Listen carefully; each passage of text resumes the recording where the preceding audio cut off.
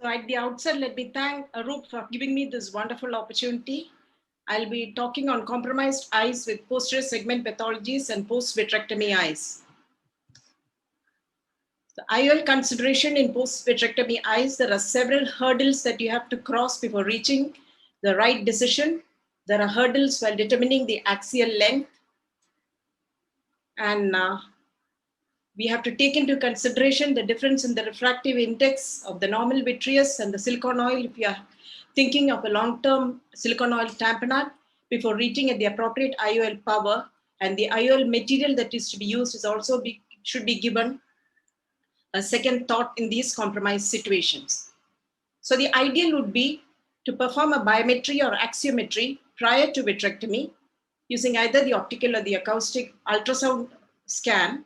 This can be archived in the hospital and a copy handed over to the patient. This is what we do in our center. Any patient who is undergoing a posterior segment procedure, be it a buccal or a vitrectomy, undergoes an axial length measurement and A scan. The IOL power calculation by measuring the axial length is best performed in a silicone oil filled eye by the optical biometer. But if the patient is not able to fixate, especially if he has an advanced or a total cataract or an anterior chamber which is filled with emulsified silicone oil, in such a situation, we have to resort to an ultrasound biometer. And here we face majority of our hurdles. You have to bear in mind that the speed of the ultrasound in silicone oil is different from that of the normal vitreous.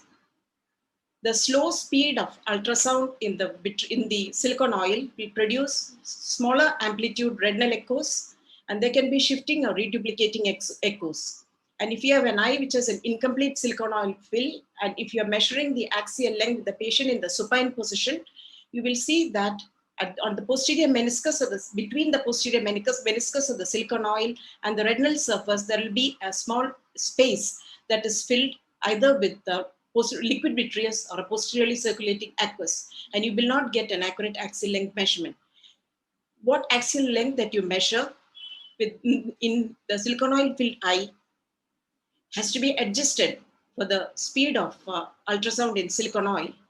This is the correction formula that is used, and you have several options depending upon the grade of your ultrasound biometer. If you have a higher end biometer, you can set the velocity gates. If not, you have to use a correction factor. You measure the difference in the velocity, both of the lens as well as in the vitreous, and then you add that together to get the axial length. Let us look at an example. Here, the ultrasound biometer gives an axial length of the silicone oil filled eye as 36.28. By applying the formula and measuring the axial length of the measurements of the various components of the axial length, the anterior chamber depth, the lens thickness, and the vitreous cavity depth, you can add all that together and get an axial length of about 25.69, which is the same that you get if you measure with an optical biometer. So measuring with the optical biometer and keeping the lens status as silicone oil filled eye makes the measurement much easier. If you're using an ultrasound biometer, again, you have the higher end machines have the option of setting the velocity gates of the vitreous depending upon the viscosity of the silicone oil that you're using. For example, if you're using a 5000 centistokes silicone oil, you can set the gate at 1040 or 980 if you're using a 1000 centistokes silicone oil. If you're using a basic model machine as a dense cataract with emulsified silicone oil, set the velocity gate at 1532, measure the axial length, and apply a correction factor of 0.71, assuming that you're using the most commonly used viscosity silicone oil, which is 1300 centistokes. The axial length it's not possible to get an accurate axial length measurement. In such a situation, you may have to depend upon the axial length of the fellow eye, take the measurement from the CT scan, and the least desirable option is to use a standard power intraocular lens. Intraoperative biometry for intraocular lens power calculation gives good predictability. So does intraoperative retinoscopy, applying the various formulas with which you multiply the aphakic refraction to get an appropriate IOL power.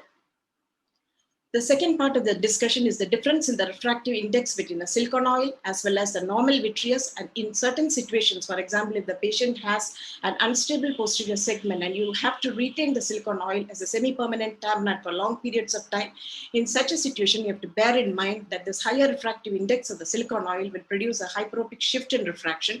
And the rule of the thumb is to add 3 to 8 diopters to the calculated IOL power to achieve emmetropia, Or you have the option of using this formula, taking into account the refractive index of silicon oil, the refractive index of the vitreous, to calculate the additional IOL power that has to be added to whatever you have calculated to make up for the hyperopic shift.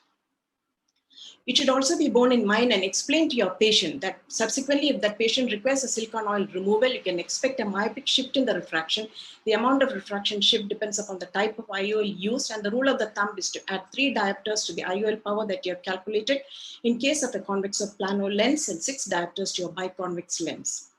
If you are operating on a patient who has undergone a prior vitrectomy for a macular pathology which causes gross macular thickening, and you're using an ultrasound biometer to measure the axial length, there's an underestimation of the corneal photoreceptor distance. And in this situation, you have to add the central retinal thickness to the axial length that you have obtained with the ultrasound biometer. If you're using an optical biometer, this is not necessary. This is an elegant study which has demonstrated that you can correct the axial length by adding the central retinal thickness to the axial length that you have measured using the ultrasound biometer, or implant an IOL which is less in power by about 0.50 diopters. In eyes in which there is siliconoid tamponade, you expect a myopic shift in diffraction due to the anterior shift of the intraocular lens. And it should also be borne in mind that once the gas bubble has resolved, the cavity is filled with posteriorly circulated aqueous, and there will be a difference in the refractive index. And it is also seen that even after the gas bubble has absorbed, the position of the intraocular lens has shifted forward, causing a myopic shift in the refraction. And we have to adjust the intraocular lens power for the same. In a buckled eye, you have to take into account the elongation of the axial length, which stabilizes at around 3 months after surgery. So if you're planning cataract surgery in a buckled eye, do it ideally 3 to 6 months after the primary procedure. And also your IOL power should be adjusted, taking into account the axial length. Only the vitreous cavity depth part of the axial length is larger, and the myopic shift should be avoided. And the rule of the thumb is to adjust the IOL power down. If you have an IOL power of greater than 14 diopters, reduce the IOL power by 0.5 diopters.